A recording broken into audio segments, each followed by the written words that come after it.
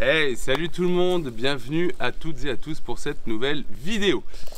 Le jour J pour le départ en flotte tube de notre fameuse descente approche, et avant de partir, je vérifie et je lave toujours mon flotte tube. Ce que je vais faire et ce que je vais vous montrer dans cette vidéo, c'est comment j'entretiens mon flotte tube, les différents points à vérifier avant un départ. Et je vais vous montrer l'importance de bien nettoyer son flotte tube, parce que tel que vous le voyez derrière moi, ça fait déjà quasiment 5 ans que je l'ai et il est toujours aussi nickel. Allez, on passe tout de suite en timelapse pour le gonflage.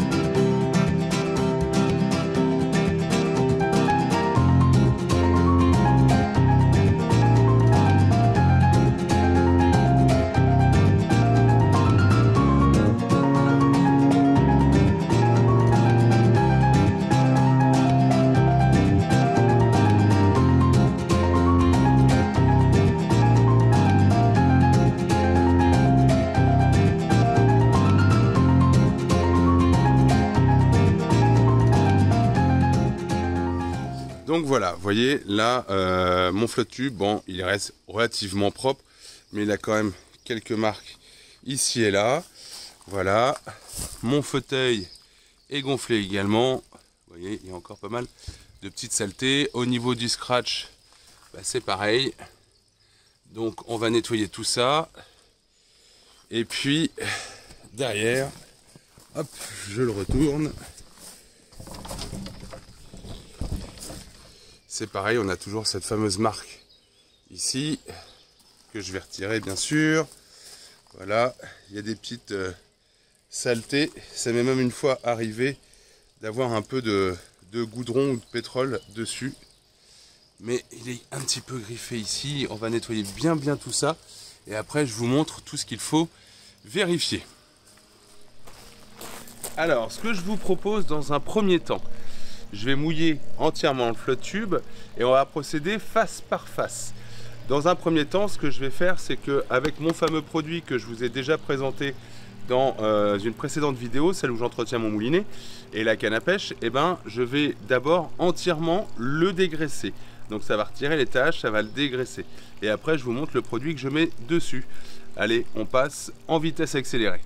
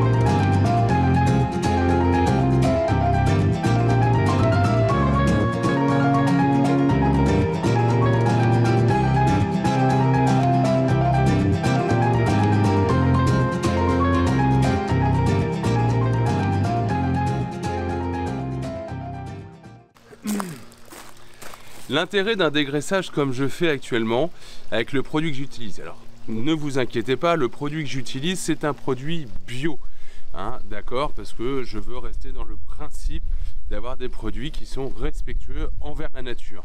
Donc le principe de faire ça avec l'éponge, comme vous pouvez le constater, c'est que ça va mousser. Là où vous allez bien nettoyer, bien frotter avec votre éponge, et ben en fait naturellement vous allez voir s'il y a des bulles qui se créent à un endroit ou à un autre. Ce qui veut dire que vous avez un trou. Et dans ce cas-là, eh ben, il va falloir le reboucher avec le petit kit de réparation qui vous est fourni quand vous achetez votre flotte tube. Allez, maintenant on passe au rinçage de cette face.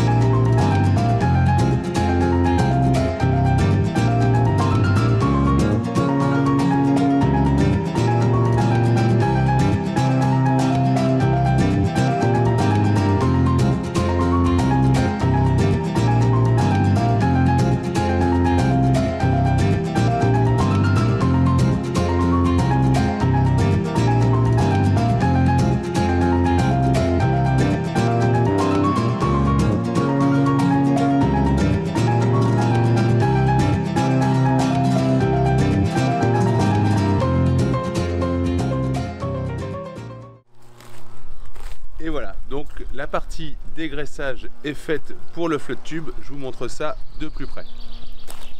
Alors, si vous voulez savoir si votre dégraissage de flotte tube est bien, vous voyez, ça doit déperler dessus, comme ça. Là, c'est pas encore tout à fait.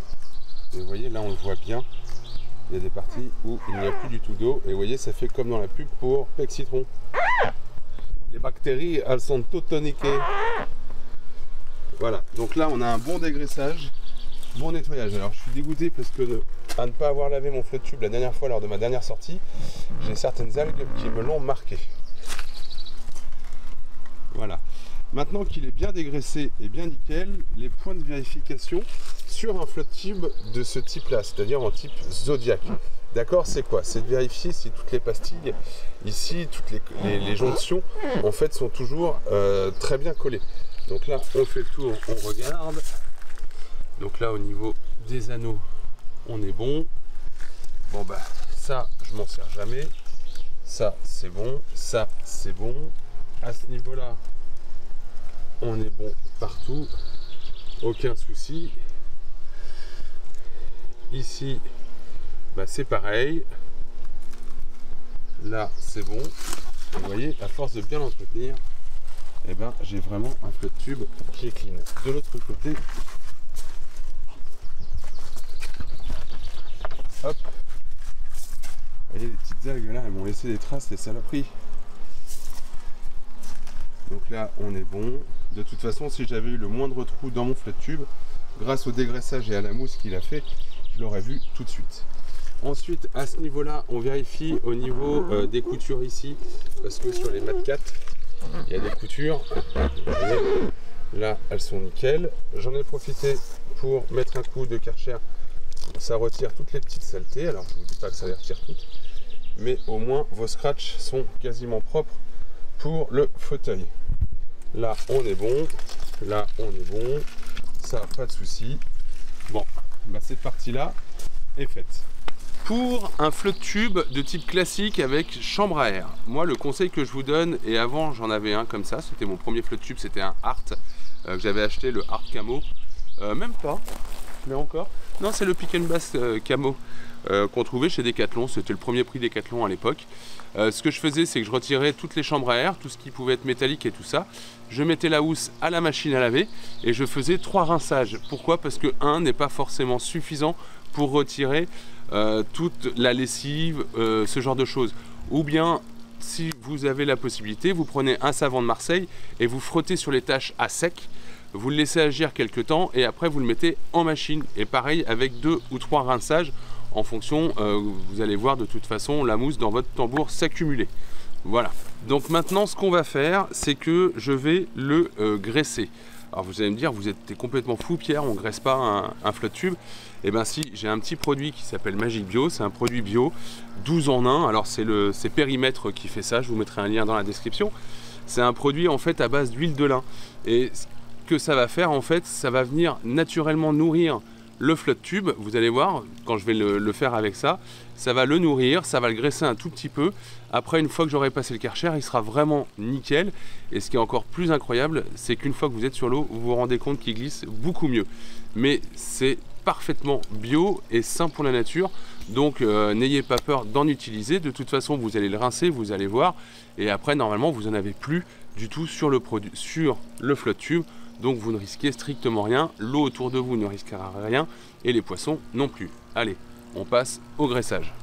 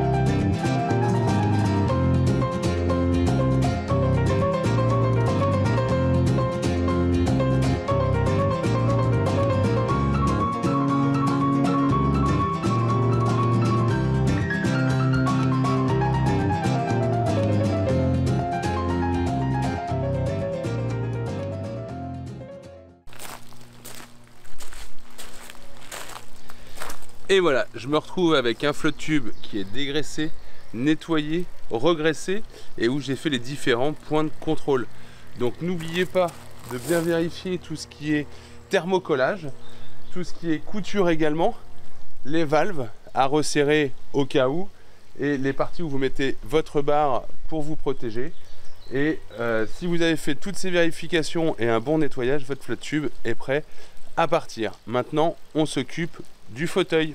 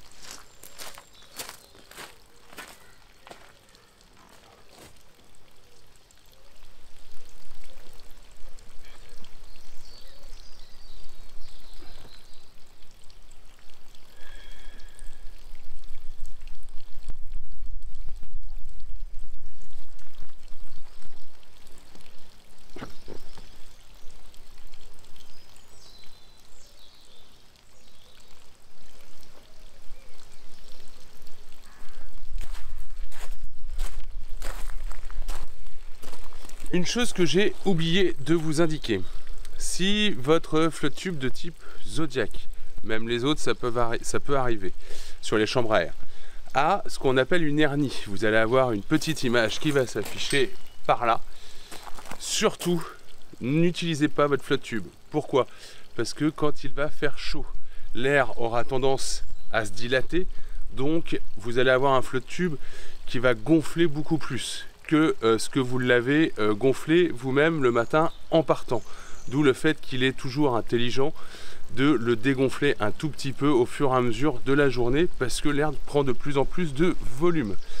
Cette hernie, c'est une fragilité au niveau du plastique. C'est un plastique qui se retrouve beaucoup plus fin et qui peut, avec la dissipation de la chaleur plus l'oxygène, qui prend plus de volume dans votre flotte tube, peut exploser et vous pouvez vous retrouver en danger en pleine session de pêche. Au niveau du fauteuil, les différentes choses à vérifier. Donc je l'ai gonflé.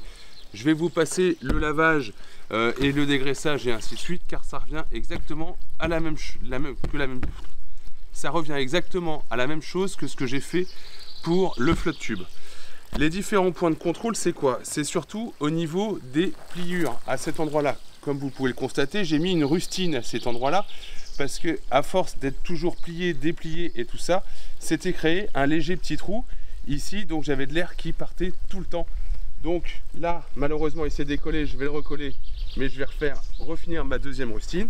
Bien vérifier la valve, si elle est toujours bien fixée et si elle ne fuit pas. Vérifier le joint d'étanchéité, et votre flotte tube est également prêt, enfin votre siège en tout cas est également prêt à partir. Allez, je vous montre un peu ce que c'est qu'un flotte tube propre et entretenu. J'espère que cette vidéo vous aura plu. Je vous dis à bientôt, prenez soin de vous. Allez, ciao tout le monde.